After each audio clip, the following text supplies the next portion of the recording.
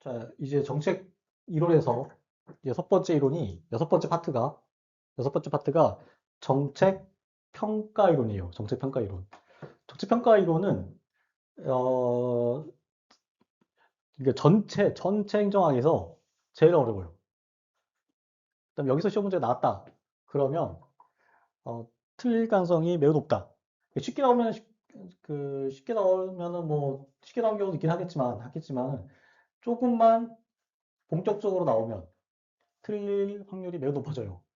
그런 파트다라고 보면 돼요. 됐죠? 이거는 내용 자체가 어려워. 내용 자체가. 내용 자체가 어렵기 때문에 내용 자체가 그냥 나와도 어떻다? 어렵다. 어렵다. 그래서 여러분들이 내용 자체를 정확하게 이해하려고 조금만 노력하면 노력이 좀 필요한 파트다라고 보면 돼요. 자, 그러면 우리 제일 처음에 정책론에서 뭐부터 했죠? 기억나요, 안 나요? 제일 처음에 뭐 했죠? 정책 유형이론. 정책 유형이론. 두 번째, 의제 설정 이론. 의제 설정부터 했나? 안 했죠. 그 다음에 세 번째가 정책 결정 이론. 맞죠? 머릿속에 이게 정책 과정을 얘기하는 거야. 정책 결정 과정. 그 다음에 뭐였죠? 정책 분석 이론. 정책 분석 이론. 알았죠? 세 번째가, 다섯 번째가 정책 집행 이론. 했죠? 그 다음에 정책 평가예요. 자, 정책을 우리가 집행을 했어요. 집행을 했어. 자, 그러면 정책 집행하게 되면 뭐가 발생해요? 정책 집행을 하게 되면 뭐가 발생해? 실질적으로. 현실 세계에서. 네? 정책 집행을 하면 뭐가 발생해? 정책 효과가 발생해요. 됐죠? 자, 여러분들 주사 맞으면 뭐가 발생해? 효과가 나타나는 거 알았죠? 정책을 집행을 하게 되면 현실 세계에서 효과가 발생해. 됐죠? 효과가 발생해요. 자, 그런데 이 효과가 얼마나 되는지, 효과가 얼마나 되는지를 가늠하는 거, 쉽게 말해서 가늠하는 거, 이 효과가 얼마나 되는지를 판단하는 것을 정책 평가라고 그래요. 됐죠? 정책 평가를 뭐라고 한다? 효과가 얼마나 되는지를 가늠한 것을 정책 평가라고 한다. 라는 거예요. 자, 근데 제가 볼게요. 여러분 하나만 이해하셔야 돼요. 자, 정책 효과가 있어요. 정책을 했었어. 실제로 쳤는데 현실 세계에서 그 정책 효과를 다 측정할 수 있어 없어요? 정책을 했는데 정책을 썼어요. 그 효과가 얼마인지를 현실 세계에서 측정할 수 있어 없어? 없어요. 이게 되게 중요한 거야. 매우 중요한 거예요. 정책을 썼는데 이 정책의 효과가 얼마나 되는지를 판단하는 게 현실에서는 어떻다? 가능하다, 불가능하다? 불가능해요. 불가능해. 여러분들 볼게요. 금연정책 썼어. 어떤 애라는 흡연자들. 금연정책 썼어요. 어떤 금연정책 썼을까요? 요즘에 금연하면 얼마 줘? 금연하면 돈 주죠? 보건소 가면. 안 주나? 없어졌나?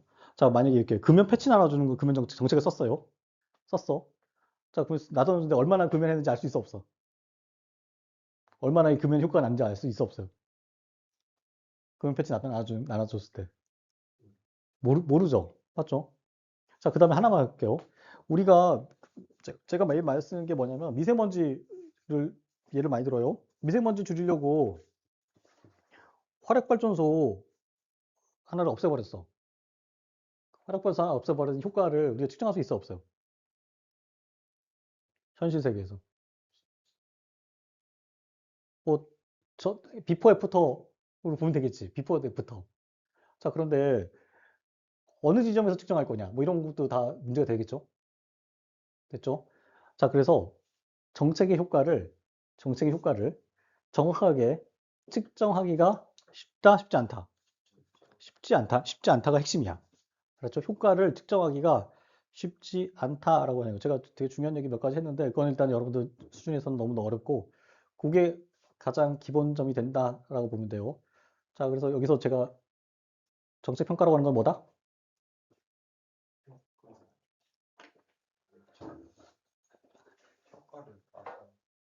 그렇죠. 그러니까 정책 효과에 대한 쉽게 봅시다. 측정, 가늠, 알았죠? 이게 정책 평가다라고 보면 돼요. 자, 그러면 이제 하나씩 할게요. 자, 그래서 이거는 어떻게 접근해야 될지 좀 하나씩 설명드릴게요. 자, 정책 평가 이론은 자, 그 세 개의 파트로 돼 있어요. 정책 평가 기준 이론, 그다음에 정책 평가 유형 이론, 그다음에 정책 효과성 평가 이론, 세 개의 이론이 돼 있어요. 근데 이 파트는 매우 특이하게도 이게 세 개가 하나가 연결돼 있다라고 보시면 돼요. 하나로 돼 있어, 하나로. 사실은 자기들끼리 다 연결돼 있어. 그렇죠? 그래서 그런 어떻게 연결되는지를 좀 유심히 좀 보시면 돼요. 자, 먼저 첫 번째 이론이 정책 평가 기준 이론이에요. 정책 평가 기준 이론. 이거를 주장한 사람은 나카무라 스모로드예요. 자, 정책 평가의 기준이 뭐가 되냐라고 봤을 때 나카무라 스모로드는 이렇게 주장해요. 정책 평가 기준은 효과성, 그다음에 능률성, 그다음에 주민 만족도, 수혜자 대응성, 체제 유지도가 정책 평가의 기준이 돼야 된다라고 주장을 해요. 자, 이게 나카무라 주장이에요. 자, 근데 제가 앞에서 정책 평가는 무엇에 대한 평가다라고 했어요. 효과성, 효과성. 그 정책이 만들어낸 효과에 대한 평가다라고 했어요. 자, 그래서 이 나카무라 이론 중에 이 뒤에 나오는 이론들은 이 효과성을 초점 맞추고 있다라고 해도 무방해요. 됐죠? 자, 나카무라는 정책 평가의 기준이 되는 것들이 무엇이 있다고 그랬어요. 효과, 능률, 주민 만족, 수혜자 대응성, 체제 유지도. 알았죠? 자, 근데 여기서 이제 헷갈리는 건 뭐냐면 이거야. 주민 만족도와 수혜자 대응성 이게 헷갈려요. 자, 그 주민 만족도는 이해관계자 사이의 조정과 타협을 통한 갈등 해소를 주민 만족도라 불러.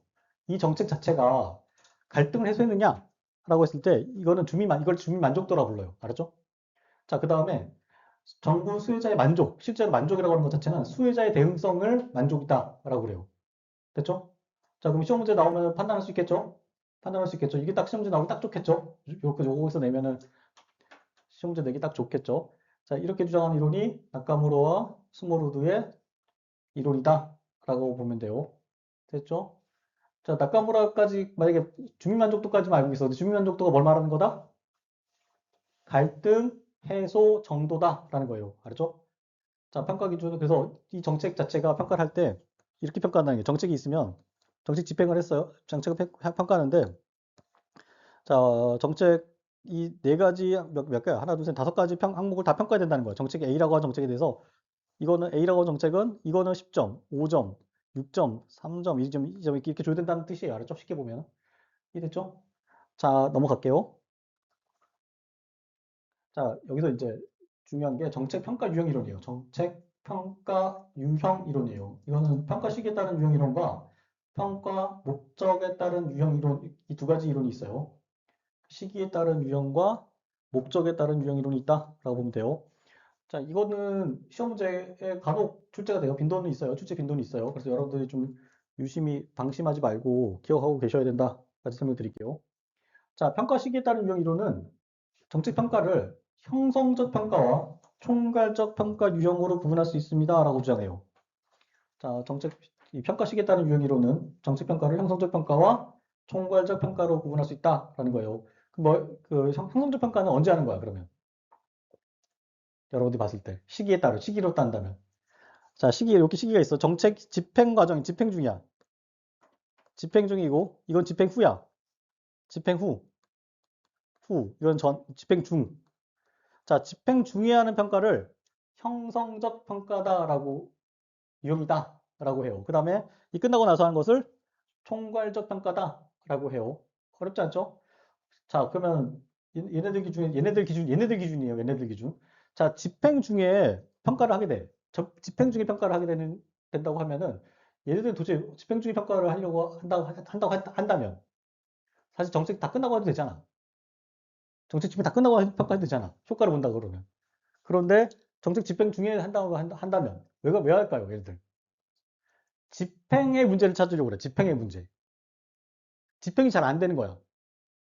집행의 문제. 그러면 그 문제점을 찾으려고 하는 게 형성적 평가다라는 거예요. 알았죠? 이해됩니까?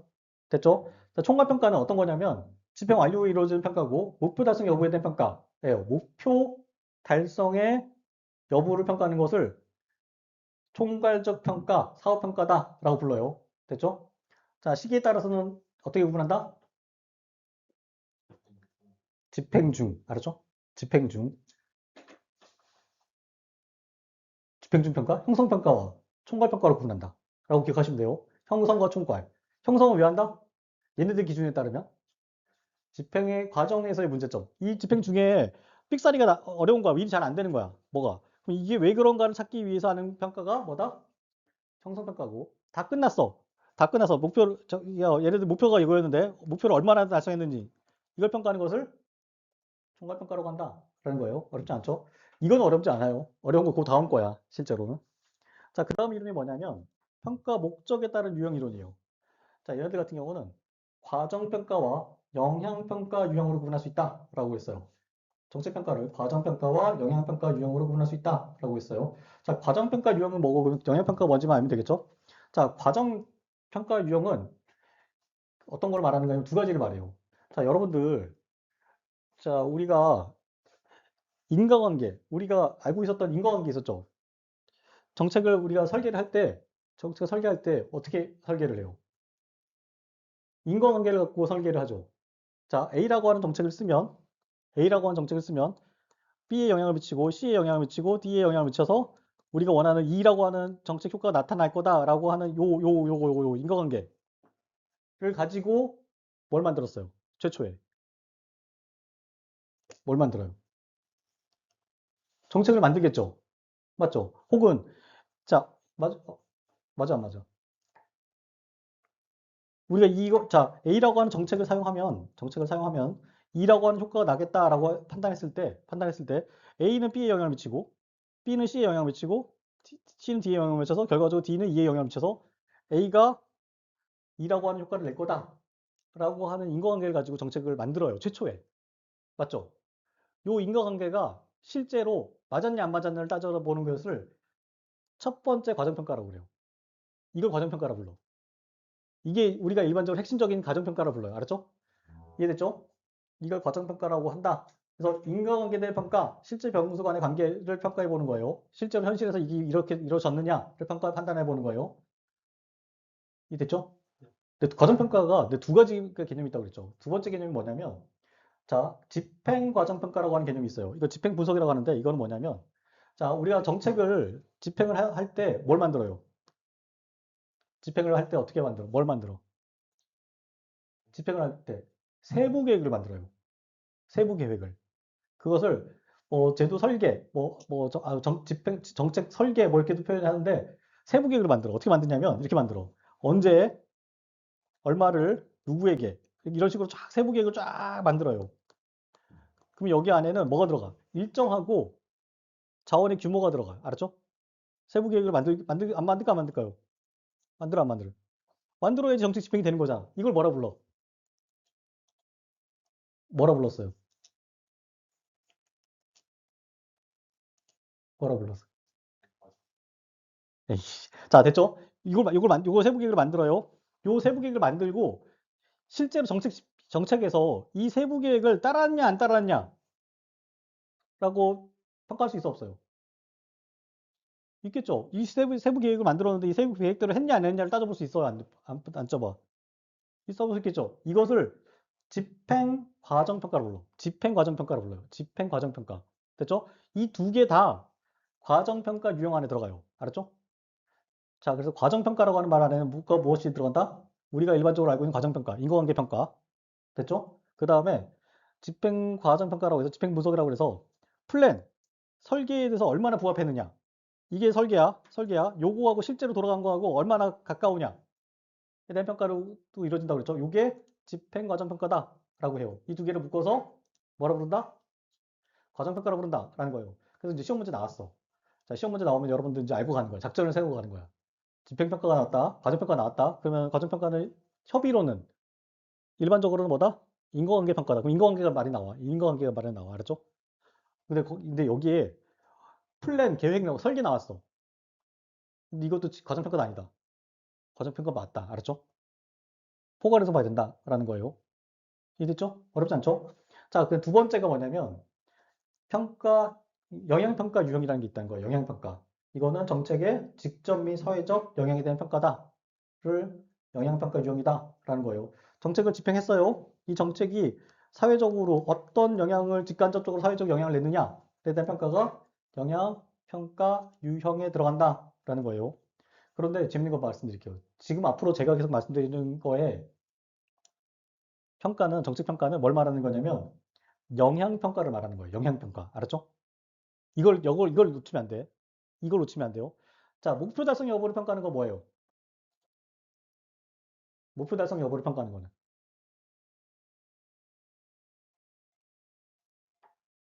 앞에서 했잖아요. 방금 했잖아, 방금. 형성과 총괄 중에 뭐예요? 목표 달성 여부를 판단하는 거. 총괄 평가. 알았죠? 됐죠? 집행 과정상의 문제를 파악하기 위한 평가는 형성 평가. 알았죠? 자, 인과관계. 인과관계의 부합 여부. 과정 평가. 알았죠? 계획의 부합 여부를 평가하는 거는 과정평가. 그걸 다른 말로 집행과정평가. 앞에 집행자가 붙어요. 과정평가 중에 집행이란 말이 붙는다까지만 알고 계시면 돼요. 그 다음에 이 정책이 갖고 있는 직접 간접적인 사회적 영향에 대해 평가하는 것을 영향평가다라고 부르는 거예요. 자, 그래서 한 가지만 더 설명드릴게요. 실제로 우리가 이제 정책을 만약에 하잖아요. 이 정책을 집행을 했어요. 그럼 정책에는 뭐가 붙어 있어? 이 집행하면 뒤에는 뭐가 붙어 있어? 정책이라는 말 안에는 뭐가 숨어 있어요, 안에? 정책 안에 목표가 숨어 있는 거예요, 목표. 알았죠? 정책에는 목표가 숨어 있는 거예요. 자, 정책의 목표에 따라서 이제 정책 집이 됐어요. 자, 그런데 우리가 일반적으로 평가라고 하면은 이 목표를 달성 여부만 따져봐. 따져볼 거예요. 그런데 실제로는 행정학에서 말하는 정책 평가는 이게 혹시 다른데 효과 낸 거 없나? 또 찾아보는 거야. 다른데 영향을 낸 게 없나를 찾아보는 거예요. 이게 재밌는 게 뭐냐면 여러분들 대표적인 게 아스피린 있어, 아스피린. 아스피린은 최초로 목적이 현재 뭐예요? 지금 만든 목적이 뭐야? 그다음에 계속 생산된 초기의 목적이 뭐예요? 제가 정확 의학 지식이 없어서 뭐야 대표적인 게 해열제, 해열제를 떨어뜨려. 근데 이게 어디 좋다고 그랬어요? 어디도 좋다고 그랬어? 우리가 최초에 아스피린이라고 하는 것 자체는 자 쉽게 말해서 해열을 목적으로 만들었어. 근데 아스피린을 기준으로 했을 때 얘가 해열 말고 다른 영향이 있는지를 판단해 보는 거야. 됐죠? 요게 영향평가야. 알겠죠? 우리가 정책이라고 하는 것 자체는 최초에는 A라고 하는 문제를 해결하기 위해서 목표가 뒤에 있다고 그랬죠? 했는데 이게 A라고 하는 문제 말고 다른 데 영향을 미친 게 없느냐를 판단해 보는 게까지가 영향평가다라는 거야. 여러분 이걸 이해해야 돼. 이것만 이해하면 돼요. 알았죠? 자, 우리가 목표를 달성했냐 안 했냐? 쉬워요, 안 쉬워요? 여러분들 생각했을 때. 목표를 달성했냐 안 달성했냐를 판단하는 평가해 보는 거 쉬워 안 쉬워? 엄청 쉽죠? 너무 쉽지? 어떻게 할 수 있어요? 목표 측정 두 번 해보면 되잖아. 했냐 안 했냐? 근데 만약에 여기서 말하는 기타 효과, 정책이 갖고 있는 기타 효과에 대해서 평가를 하려면 쉽지 않아요. 알았죠? 그거에 대해서 공부한다. 라고 보면 됩니다. 이해됐죠? 됐죠?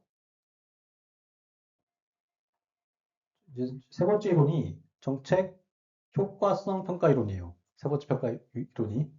그럼 연결되죠? 앞에서 영역 평가는 자, 우리가 앞에서 나카무라가 뭐라고 그랬어요? 무슨 평가 기준이 뭐라고? 효과성이라고 그랬죠. 효과성. 알았죠? 그 다음에 우리가 지금 하려는 평가는 평가 유형에서는 무슨 평가다? 영향평가. 알았죠? 그 영향평가, 그 효과. 영향과 효과 똑같은 말이죠. 어떻게 알아? 영향과 효과가 똑같은 말인지는. 효과를 영어로 하는 거야. 이펙트. 알았죠? 이펙트니스. 영향은 이펙트니스. 효과 영향은 같은 말이 안 같은 말이야. 같은 말이야. 같은 말이에요, 같은 말이죠. 자, 그래서 효과성 평가라고 하는 말 자체가 제가 그런 맥락이 있다라고 보면 돼요. 자, 볼게요. 자, 이 효과성 평가 이론에는 효과성 평가 요소 이론, 평가를 하는 요소 이론, 그 다음에 평가 방법 이론, 타당성 저해 이론이 3단계로, 4개로 구성되어 있어요. 근데 이거 거의 제가 그냥 묶어서 설명드릴게요. 오늘은 그냥 한번 듣는다라고 생각하시면 돼요. 알았죠? 근데 문제풀이반에 오늘 또 들을 수도 있어요. 오늘 문제풀이반에 설명할 수 있어서 뭐 설명 들을 수 있는데 아무튼 오늘 한번 듣는다라고 생각하시면 처음에는 자 보면은 자 정책 효과성 평가 요소 이론의 첫 번째가 이론이 뭐냐면 자 정책 효과성 평가는 인과관계, 타당성, 신뢰성을 가지고 있어야 된다라고 해요. 자, 이 세 가지를 갖고 있어야 된다라고 주장하는 이론이 정책 효과성 평가 요소 이론이다라고 해요. 자, 그럼 이제 오늘부터 지금부터 제가 하는 얘기 잘 들어요. 잘 들어야 돼. 자, 정책 효과라는 걸 어떻게 하냐면 이 정책 효과성 평가를 어떻게 하는 거냐면 이렇게 해요. 자, 정책이 있어요. 잘 보셔야 돼. 정책이 이렇게 존재를 해요. 정책이. 자, 그럼 정책이 존재하는데, 자, 그 효과가 뭘까를 어떻게 판단하냐면, 효과가 어떻게 되는 건지 먼저 1차적으로 판단해. 효과가 뭔지를. 어떻게 하냐면은, 이 정책이 어떤 변수에 영향을 미치는지를 일단 생각을 하는 거야. 됐죠? 이해됐어요? 자, 그 다음에 이 변수가, 정책이, 그 다음에 어떤 변수에 영향을 미치는지, 그 다음 정책이 어떤 변수에 영향을 미치고, 어떤 변수에 미쳐서 이런 정책 효과가 나타날 거다. 라고 요렇게 인과관계를 만들어요. 그러면 요게 뭐예요? 요게 맨 마지막 게. 요게 뭐야? 효과죠, 효과. 알았죠? 그래서 이렇게 인과관계를 압축하면 어떻게 돼요? 인과관계를 압축하면. 자, 정책은 어떤 A라고 하는 정책은 B라고 하는 효과를 낸다라고 압축하게 돼요. 요렇게. 됐죠? 맞죠? 자, 정책 효과를 어떻게 판단해야 돼요?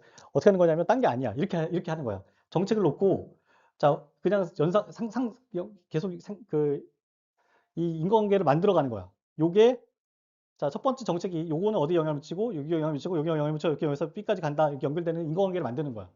그리고 그거 묶어서, 요거하고 요거를 묶어서, 정책 A가 B 효과를 만들어낸다라고 묶어요. 알았죠? 요게 뭐야, 요게. 요게 뭐야?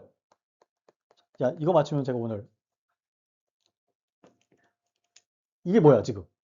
요게 뭐냐면, 예? 정책평가야. 요걸 정책평가라고 그래. 알았죠? 자, A 정책은 B 효과를 낸다라고 하는 요 진술을 뭐로 간다? 정책 평가로 간다. 이것만 머릿속에 기억하시면 돼요. 자, 이 정책평가는 몇 가지 갖고 있어야 되냐면, 세 가지 갖고 있어야 돼. 이 정책평가는. 야는 첫 번째는 인과관계를 갖고 있어야 돼요. 그러니까 한꺼번에 묶어 설명하는 거예요. 두 번째는 타당성과 신뢰성 갖고 있어야 돼. 타당성과 신뢰성 갖고 있어야 돼. 인과관계와 타당성 갖고 신뢰성 갖고 있어야 돼요. 됐죠? 자, 그러면 이걸 이제 나눠서 봐야 돼. 인과관계와 타당성을 나눠서 봐야 돼. 여러분들이. 자, 인과관계와 타당성을 나눠서 봐야 돼요. 자, 인과관계는 뭘 말하는 거냐면, 자, 첫 번째 최초에 여기 정책평가 완료된 거예요. 이게 정책평가 완료된 거야. 완료된 거예요. 이 뒤에 이제 하나가 남아 있어. 이게 맞냐 안 맞냐를 따져보는 검증이라는 게 남아 있어요. 알았죠? 맞냐 안 맞냐 따져보는 게 있어요. 근데 1차적으로 이게 정책 평가가 된 거예요. 자, 그러면 인과관계가 있어야 된다는 얘기는 뭐냐면 이 정책 B라고 하는 거를 우리가 도출해냈죠. 인과관계를 통해서 인과관계를 만들어가면서 도출해낸 거야. 알았죠? 요게 인과관계에 있어야 된다는 거야. 과학적 인과관계에 있어야 된다는 거예요. 이해됐어요? 자, 그러면 정책이 있고 할게요. 여기 B라고 할게요. 자, 그럼 여기는 여기 C라고 할게요. C, D, E라고 할게요. 자, 그러면 인과관계가 있으려면 C는 D보다 어떻게 돼? C하고 D는 어떻게 돼? 누가 더 앞서 있어야 돼? C가 앞서야지. 맞죠? 그래야지 인과관계가 있는 거지. 맞죠? C보다 C가 D보다 있으면 D에 있으면 인과관계가 없는 거죠. 알았죠? 그렇죠? 실제 현실에서. 그래야 되고 또 뭐가 있어야 돼요? 공동변화가 있어야 돼. 공동변화. 자, 정책 효과가 일정한 방향으로 정책과 정책 효과가 일정한 방향으로 전개돼야 돼. 자, 정책이 이쪽 방향이면 자, C가 이렇게 가야 돼. 알았죠?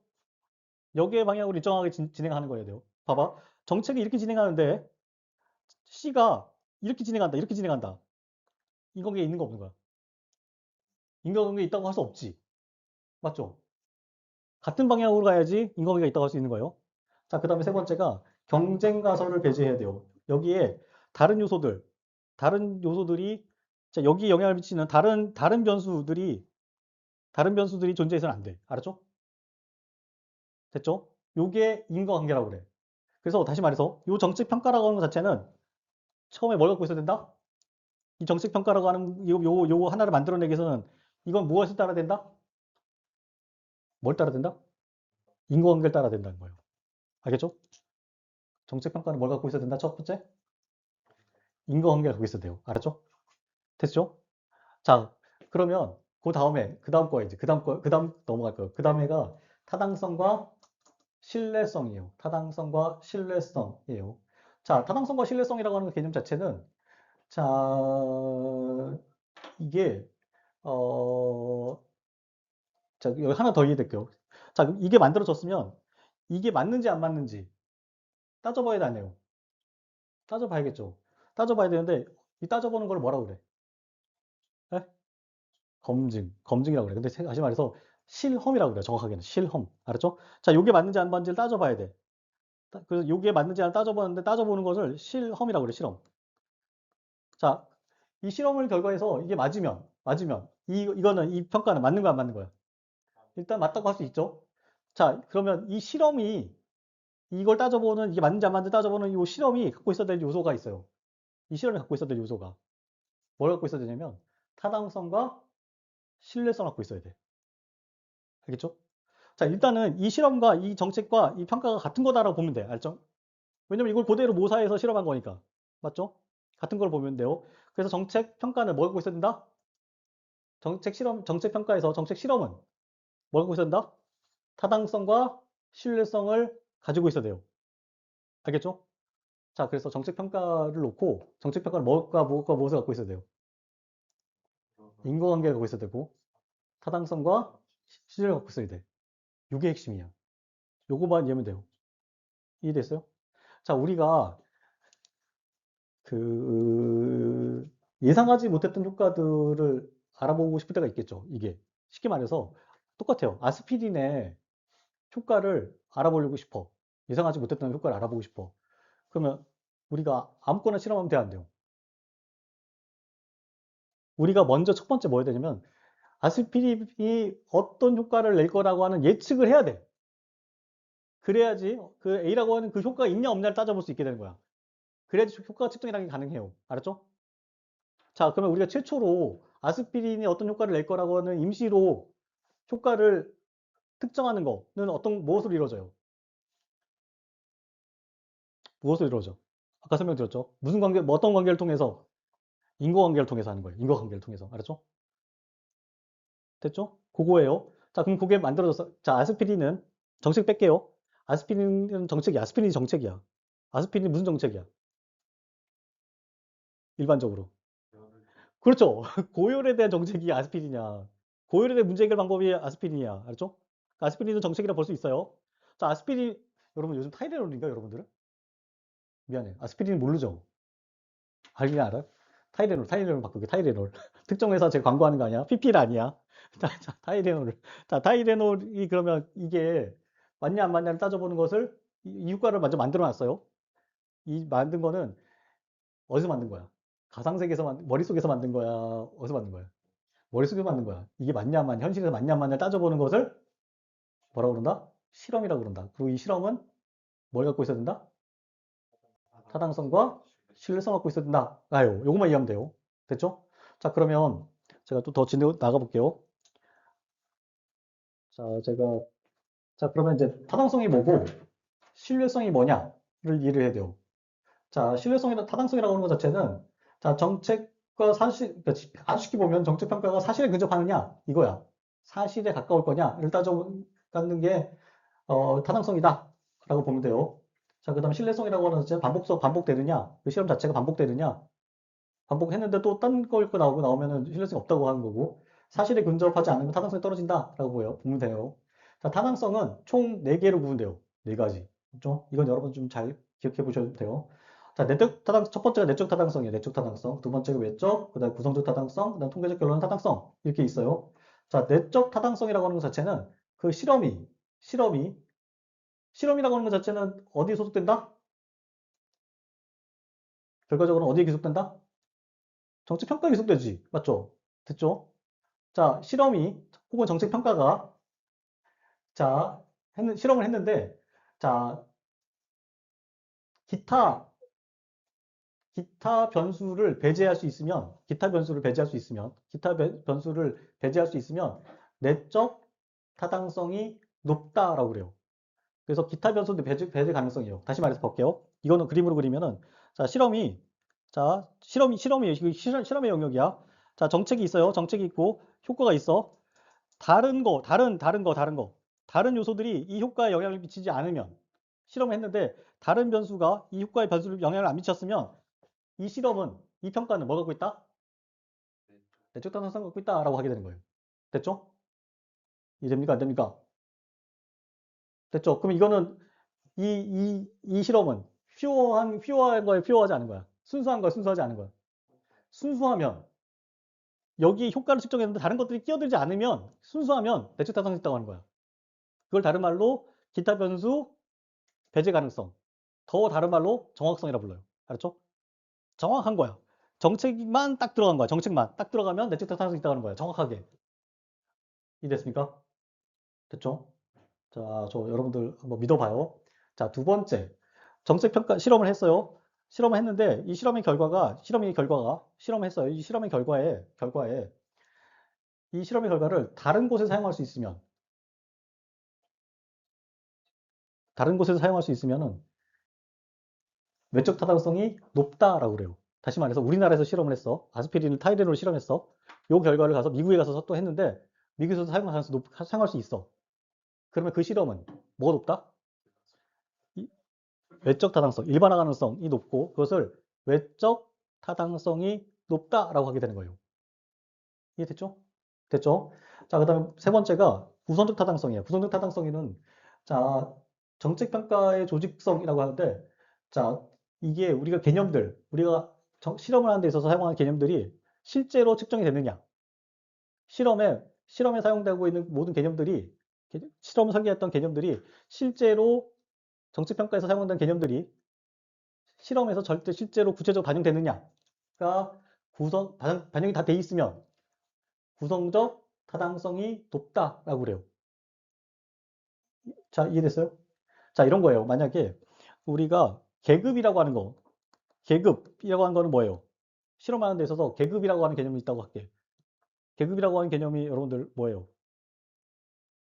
이 계급이라고 하는 개념이 실제로 실험에서 정확히 반영이 돼 있으면 이건 뭐가 높다? 구성적 타당성이 높다라고 해요. 맞죠? 이해됐어요? 안 됐어요? 안 되죠. 자, 그 구성적 타당성 나중에 다시 한번 설명드릴게요. 자, 그다음 마지막 통계적 결론의 타당성이라고 해요. 이거는 자, 확률 통계적으로 맞으면 결론의 타당성이 있다. 통계적 결론의 타당성이 있다라고 해요. 자, 이거는 어떻게 알고 있어요, 여러분들? 우리 95% 신뢰 수준이란 거 알고 있죠? 이런 어떤 기준에 부합하면 타당성이 있다. 그 실험의 결과가 95% 신뢰 수준 안에 들어가 있으면 통계적 결론에 타당성이 있다라고 하게 되는 거예요. 됐죠? 이걸 결정하는 것은 뭐냐면 일반적으로 뭐가 이거 결정할까요? 신뢰 수준을 결정할까요? 신뢰 수준을 결정하는 건 뭐야? 실험의 샘플의 숫자가 결정하는 거야. 알았죠? 이해됐어요? 숫자가 많으면 통계적 타당성이 실험 자체가 통계적 샘플이 많으면 케이스가 많으면 높다라고 하게 되는 거예요. 이해됐죠? 자, 그다음에 신뢰성이라고 하는 것 자체는 실험 자체가 아까 설명드렸어요. 하면서 뭐라고 그랬죠? 반복 가능성이에요. 반복 가능성. 실험을 했어요. 실험을 했는데 같은 결과 또 나왔어. 그럼 신뢰성이 높은 거야, 안 높은 거야? 근데 실험 100번 했는데 결과론이 다 달라. 결국 달라. 그러면 어떻게 해요? 이게 실험 결과가 신뢰성이 있어 없어? 이 실험은 없어요. 알았죠? 그럼 그 평가는 신뢰성이 없게 되는 거예요. 알았죠? 이해됐죠? 이해됐죠? 그래서 평가는 정책 평가는 뭘 갖고 있어야 돼? 예? 뭘 갖고 있어요? 몇 가지 갖고 있어야 돼? 인과관계 갖고 있어요. 알았죠? 인과관계를 갖고 있어야 돼. 그다음 두 번째, 신뢰성과 타당성을 갖고 있어야 돼. 신뢰성과 타당성은 뭐예요? 어디 영역이야? 예? 실험의 영역이야. 알았죠? 실험의 영역. 그 다음에 인과관계는 가설의 영역이야. 됐죠? 자, 우리가 여러분들 제가 이거를 강조해서 설명하는 이유가 뒤에 가면 더 어려운 거 있어요. 이거는 결정타야. 이거 하나, 이거를 이해하기 위해서는 이거를 이해하고 가야 돼. 거의 유일하게 행정학에서 수학 같은 부분이야. 그래서 이걸 알고 가야 뒤에 거를 이해할 수 있어. 딴 거 뒤에 앞에 몰라도 다 이해돼, 뒤에 가서. 알았죠? 근데 이거는 앞에 게 이해가 안 되면 뒤가 이해가 안 돼. 절대. 그렇죠? 그것 때문에 설명드리는 거예요. 자, 우리가 A라고 하는 게 B라고 하는 효과가 낮다. 인과관계에 따라서 만들었다. 이걸 뭐라 불러? 검증됐어, 안 됐어요? 검증됐어, 안 됐어? 안 됐잖아. 그냥 이걸 뭐로 만든 거야? 머릿속에서. 인과관계로 만든 거죠, 인과관계로. 알았죠? 다시. 우리 선생님, 이해됐어, 안 됐어? 아이, 거짓말 치지 말고. 됐어. 자, 이거 인간계로 만들었잖아. 이렇게 해가지고 B로 연결된다. 이렇게 했잖아. 머릿속 만든 거잖아. 그래서 이거를 평가 중에 가설이라고 그래, 가설. 됐죠? 이게 이제 확정이 되려면, 가설에서 이론으로 확정이 되려면 어떻게 돼? 실험을 거쳐야 돼, 실험. 알았죠? 그럼 요게 1년에 요게 가설을 세우고 실험하는 게 이거 자체가 뭐예요? 결과적으로는 다, 포괄적으로. 정책 평가잖아. 그 정책 평가 핵심은 요거잖아. 요 두 개를 요게 결정적으로 요거잖아. AP잖아. 맞죠? 그럼 정책 평가는 뭘 갖고 있어야 돼? 인과관계와 실험에서의 타당성과 신뢰성을 갖고 있어야 돼. 이해됐죠? 이해됐어? 안 됐어요? 이해됐어요? 됐죠? 됐죠? 자, 여기까지 해서 설명드릴게요. 자, 그러면 이제 우리가 해야 될 게 뭐냐면, 뭐 신뢰성에 관련해서 재검사법 평행 이건 나중에 다시 설명드릴게요. 기회가 있어요. 자, 그러면 이제 우리가 해야 될 게 뭐냐면, 실험을 어떻게 하느냐가 핵심이야. 실험을 어떻게 되느냐? 이 실험을 어떻게 하느냐가 관건이에요. 자, 실험에 관련돼서는 그 다음에 있어요. 자, 정책 효과 평가선 방법 이론이야. 이게 효과선 평가 방법 위에 이제 실험을 어떻게 하느냐에 관련된 내용이에요. 여기에는 준실험, 진실험, 준실험, 비실험 이렇게 있어요. 세 가지 이론이 있어요. 자, 요것만 이해하면 게임 끝이야. 여기까지 하면 거의 70%까지가 온 거예요. 알았죠? 70%. 자, 됐죠? 볼게요. 진실험부터 볼게요. 진실험. 자, 진실험 이론은 정책 효과성을 실험 집단과 통제 집단의 동질성 확보를 통해서 평가할 수 있다라고 주장해요. 다시 뭐 어떻게 한다? 얘들 같은 경우는 진실험은 실험 집단과 통제 집단의 동질성 확보를 통해서 평가할 수 있다라고 주장해요. 느낌이 좀 있나 본데? 어디서 배웠어요? 대학교에서? 어디서 배웠어? 무슨 과목에서 배웠어요? 심리학에서? 맞아요. 맞아. 심리학이 최강이야. 사회 실험에 있어서는 심리학과 최고예요. 최강이야. 자, 근데 행정학도 만만치 않다. 근데 심리학이 훨씬 낫다. 우리보다. 행정학보다. 맞아. 심리학에서 배우고 사회학 박물원에서 배워요.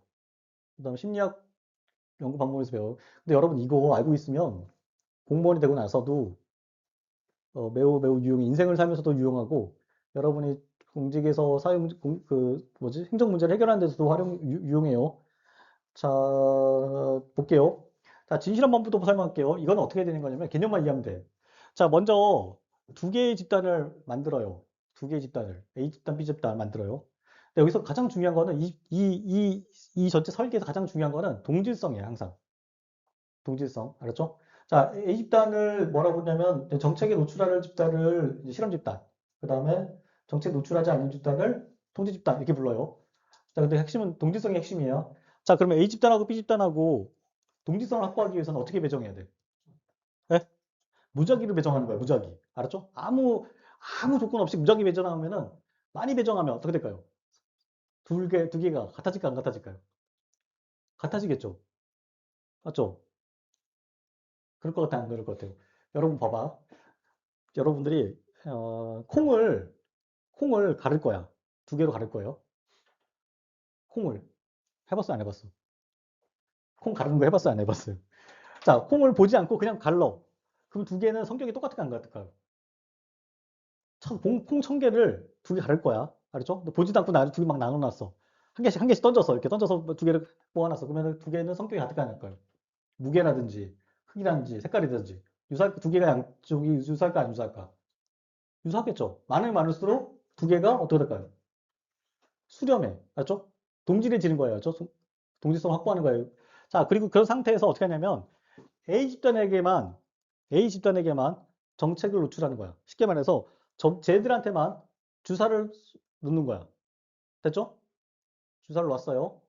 자, 그러면은, 그리고 나서 실험 집단하고 통제 집단을 다시 측정하는 거야. 제일 처음에 무작위 배정을 한 상태에서 측정을 하고, 얘네들 주사를 하고, 얘네들 실험 집단에 대해서 다시 측정을 하는 거야.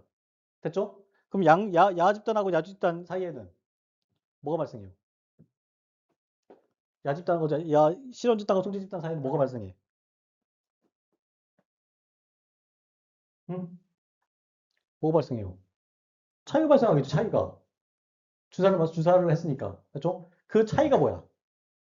그 차이가 뭐예요? 그게 정책 효과예요. 그 차이가 정책 효과예요. 정책 효과. 알겠죠? 자, 그런데 여기서 조건이 하나 있어요. 여기서 야들이 둘 다 방에다 집어넣고 하는 거야. 방에다 집어넣고. 방에다 집어넣고. 그러면은 여기서 변화는 딱 뭐예요? 이 다 같은데 변화는 딱 뭐만 있어? 뭐만 있어요? 정책 노출. 주사밖에 없어. 주사. 알았죠? 그렇다면 실험 집단과 통제 집단의 차이점의 원인은 뭐야? 야들 사이에 차이가 발생했어. 그러면 그 차이는 뭐의 효과야? 뭐의 효과라고 볼 수 있어? 정책 노출의 효과라고 보는 거야. 다른 게 들어간 게 없어. 알았죠? 됐죠? 자, 이렇게 되면 됐어요. 이제 질문 들어갈 거예요. 자, 웃지 말고. 자, 내적 타당성이 높다, 낮다. 내적 타당성이 높다, 낮다. 내적 타당성이 뭐였어요? 기타 변수 배제 가능성이잖아. 저렇게 실험하게 되면 기타 변수를 배제할 수 있어, 없어? 실험상에서. 있지. 기타 변수 전혀 들어간 게 없죠. 무슨 변수만 들어갔어, 저기서? 정책 주사 하죠? 주사 변수밖에 없어. 저렇게 하면은 왜? 내적 타당성이 높다, 낮다? 높다. 알았죠? 이해되죠? 이해됩니까? 안 됩니까? 왜 높아요? 응? 자, 내적 타당성의 기준은 뭐야? 자, 어떤 내적 타당성이라는 용례를 봤을 때, 자, 다른 변수, 실험에서 다른 변수, 기타 변수, 실험 변수 외에 다른 변수가 배제할 수 있으면, 그게 없으면 뭐가 높다고 그랬어요? 내적 타당성이 높다고 그랬죠. 만약에 실험하게 되면 다른 변수들이 끼어들 수가 있어, 없어요? 주사 외에 없어요. 배제할 수 있죠. 배제할 수 있으면 내적 타당성이 높다. 이해돼요? 네. 됐어요? 표정 좀 바꿔줘. 표정 좀. 표정과 비포 애프터 같아면 어떻게? 이해됐으면 이해됐던 표정 해줘야지. 알았죠? 내적 타당성 높아요. 네. 됐죠? 자, 그러면 이제 두 번째 질문. 자, 외적 타당성은 어떨까요? 그렇겠죠. 왜 낮을까요? 내 쪽으로. 외적 타당성이라고 하는 것 자체는 일반화 가능성이에요. 일반화 가능성이라고 하는 자체는 일반화가 높으려면 현실 세계에 가까워야겠죠. 일반화하려면 현실이랑 가까워야겠지. 시험 자체가 현실이랑 가까워야겠지. 현실상에서 일어나지. 근데 저거는 어디서 일어나는 거예요? 실험실 안에서 일어나는 거예요. 밀폐되어 있는. 알죠? 통제되어 있는. 자, 환경 노출 차단하고 있는 통제된 상황이야. 그럼 현실이 반영돼, 안 반영돼, 저기? 반영이 된다, 안 된다? 안 되죠. 그러면 저기서 나온 결론을 현실과 거리가 가까워, 멀어요? 멀죠. 현실 거리가 멀면 일반화 된다, 안 된다? 일반화 안 되죠. 일반화 안 되면 뭐가 낮은 거야? 외적도 상성이 낮아지는 거야. 이해됐어요? 이해됐어? 네. 괜찮아요. 이해되죠? 이해됩니까? 안 됩니까? 이해되죠? 외적 타당성, 내적 타당성 이해됐죠? 이해되죠? 됐죠? 자, 여기서 핵심은 뭐예요? 핵심은 이 진실한 방법의 핵심은 뭐야? 정책 효과를 측정하는 데 있어서 핵심은 뭐예요? 동질성이에요. 동질성. 알았죠? 동질성을 확보하기 위해서 첫 번째 뭐예요? 양 집단 간에 이 집단은 동질성을 확보하기 위해서 뭘 하냐면 무작위 배정을 해 일단. 최초에 무작위 배경을 하고 그 다음에 뭐예요? 그 다음에 환경으로부터 차단시켜. 만약에 환경으로 차단시키지 않으면 어떤 일이 벌어지냐면 환경이 A 집단하고 B 집단에 영향을 미쳐요, 안 미쳐요? 미치죠? 미치죠? 그런데 얘들하고 동일하게 미치면 괜찮아. 똑같이 환경이. 근데 만약에 얘네들이 각자 이런 그 창고에 넣어놓지 않고 밖에 내놓으면 어떤 일이 벌어져요? 얘하고 환경에 영향을 따로 받게 돼요. 따로 받게 돼요. 알았죠? 자, 그럼 뭐가 깨져요? 뒷타상에서 떨어지는 거야. 알았죠? 그 대신 뭐가 올라가? 뒷타상에서 올라가는 거죠. 알았죠? 현실과 가까워지는 거죠. 맞죠? 현실과 가까워지는 거. 여기는 이 창고 안에서는 현실하고 뭐를 가까워요? 창고 안에서는. 멀죠? 근데 이걸 없애버리면 현실과 가까워지죠. 그럼 외적 타당성이 높아지는 거야. 이해됐습니까? 이해됐죠? 자, 됐죠? 자, 그래서 이게 여기까지 이해하시면 되고 나중에 특징이나 한계점은 다시 제가 설명드릴게요. 알았죠? 자, 이거는 나중에 보시는 걸로 하고 그 다음 거 볼게요. 자, 그 다음 이거는 준실험이에요. 준실험. 아, 이제 그러면 여러분들 이제 뭔가 느낌이 오겠죠? 느낌이 와요. 자, 준실험은 정책 효과를 실험 집단과 소수 집단의 동지성 확보 없이 평가할 수 있다라고 주장하는 이론이 준실험 방법이에요. 그럼 다시 말해 얘네들 같은 경우는 자, 실험 집단과 소수 집단은 그래 둔다 안 둔다? 두 개를 구분한다 안 한다? 한다. 그 대신 뭐만 없어요? 뭐만 없어? 요걸 없어. 여기 옆에 이렇게 막아놓는 거 있잖아요. 요걸 없애버리는 거야. 그래서 환경을 노출시켜주는 거야. 알았죠? 됐죠? 자, 그리고 나서 어떻게 한다? 정책을 A 집단에게만, 실험 집단에게만 정책을 노출한다. 다시 말해서 얘네들한테 주사를 둔다. 그리고 그 두 개의 차이를 본다. 라는 거예요. 차이가 발생했어. 나중에 더 디테일하게 설명하는데 차이가 발생했어요. 자, 근데 그게 주사의 효과라고 장담할 수 없어요. 환경에 노출된 상태에서. 없죠. 다른 환경 요소가 거기 주사의 효과에 영향을 미칠 수도 있잖아. 맞죠? 왜? 칸막이가 없으니까. 맞죠? 다른 것들이 와가지고 영향을 미쳤을 수도 있잖아. 이해되죠? 자, 그러면 얘는 외적 타당성이, 내적 타당성이 진실험보다 떨어진다, 안 떨어진다? 떨어져요. 떨어져. 알았죠? 이해됐죠? 이거까지만 이해하면 돼요. 자, 그러면 외적 타당성은 다시 높아진다. 뭐보다? 진실험보다 높아진다. 가 핵심이에요. 언더스탠드 됐죠? 됐죠? 자, 오늘은 여기까지만 좀 쉽게 할 거예요. 자, 마지막이 비실험 방법이에요. 한 번에 안 되니까 좀 나눠서 할게요. 마지막 실험이 이제 비실험 방법이에요. 비실험 방법. 자, 비실험 방법은 어떻게 하는 거냐면, 자, 얘들 같은 경우 그림상 봤을 때 뭐가 없어졌어요? 실험 집단하고 통제 집단이 없어져 버렸어. 알았죠? 그 뭐만 남아? 통제 집단이 없어지고 뭐만 남아요? 실험 집단만 남아요. 자, 그래서 실험 집단을 하나 선택해. 자, 그리고 나서 걔한테만 뭐해? 정책을 노출해요. 알았죠? 자, 그러면 before, after로 판단하는 거야. 정책 A 집단은 주사 맞기 전에는 뭐 혈액에 혈소판이 얼마였는데 주사 맞고 나서 늘어났다. 그러면 그 늘어난 만큼이 뭐다? 그게 맞다? 효과다. 라고 판단하는 방법이 뭐다? 실험하는 방법이 비실험 방법이다. 라는 거예요. 알겠죠? 자, 그러면 실험과 준실험과 이거 구분하는 건 뭐야?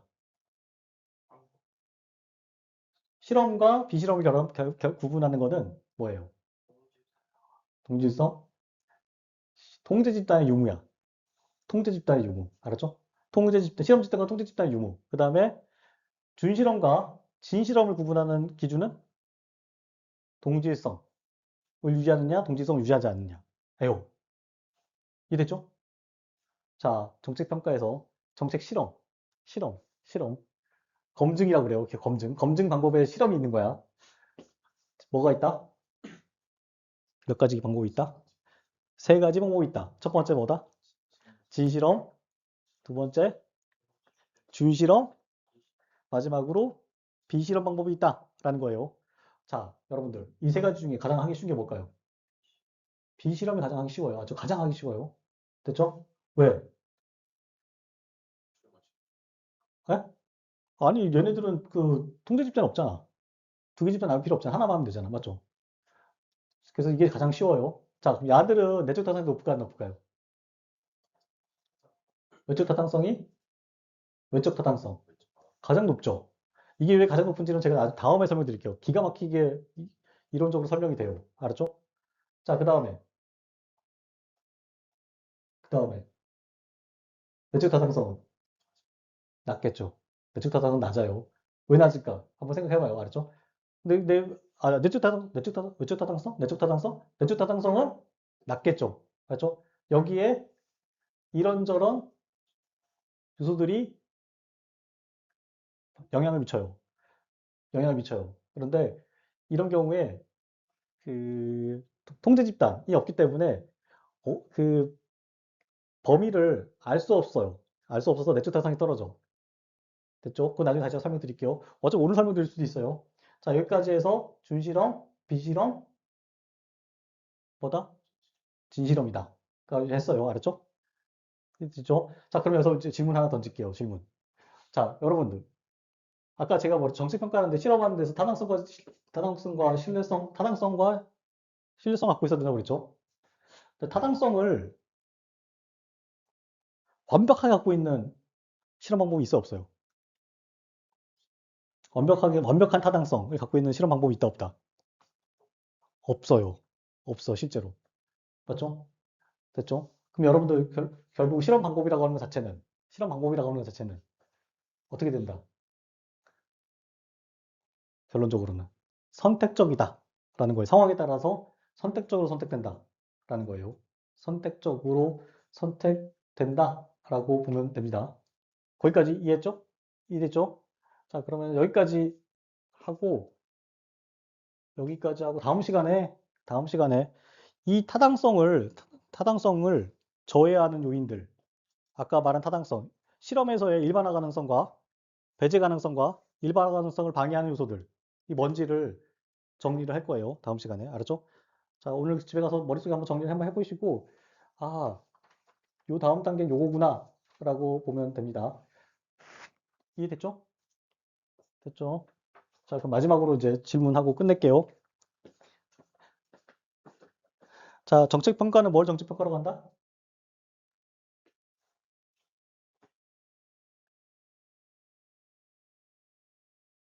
한마디로 말하면. 정책평가라고 하는 거는 뭐 한마디로 한 줄을 주면. 정책 효과평가다. 끝. 알았죠? 정책 효과평가다. 정책 효과평가는 어떻게 그림이 그려지냐면, 어떻게 정리가 되냐면, A 정책이 B 효과를 낸다. 요게 정책 평가다. 가 되는 거예요. 알았죠? 자, 이것은 가설을 세울 때는, 가설을 세울 때 뭐가 필요하다? 인과관계 필요하다. 인과관계는 첫 번째, 뭐예요? 변수 간의 시간적으로 선행, 후행이 명확해야 된다. 그렇죠? 그다음 두 번째, 방향이 같아야 된다. 방향이 같아야 된다. 마지막으로. 다른 변수들이 없어야 된다. 맞죠? 어떤 사람이 했는데, 실제로 알고 보면 이게 D가 있어, D가. D가 B의 원인이야. 실제로는.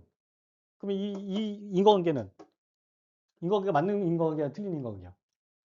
틀린 인과관계요. 틀린 인과관계고, 틀린 평가가 되는 거야. 일단 가설 설정에서부터. 알았죠? 이해됐죠? 이해됐죠?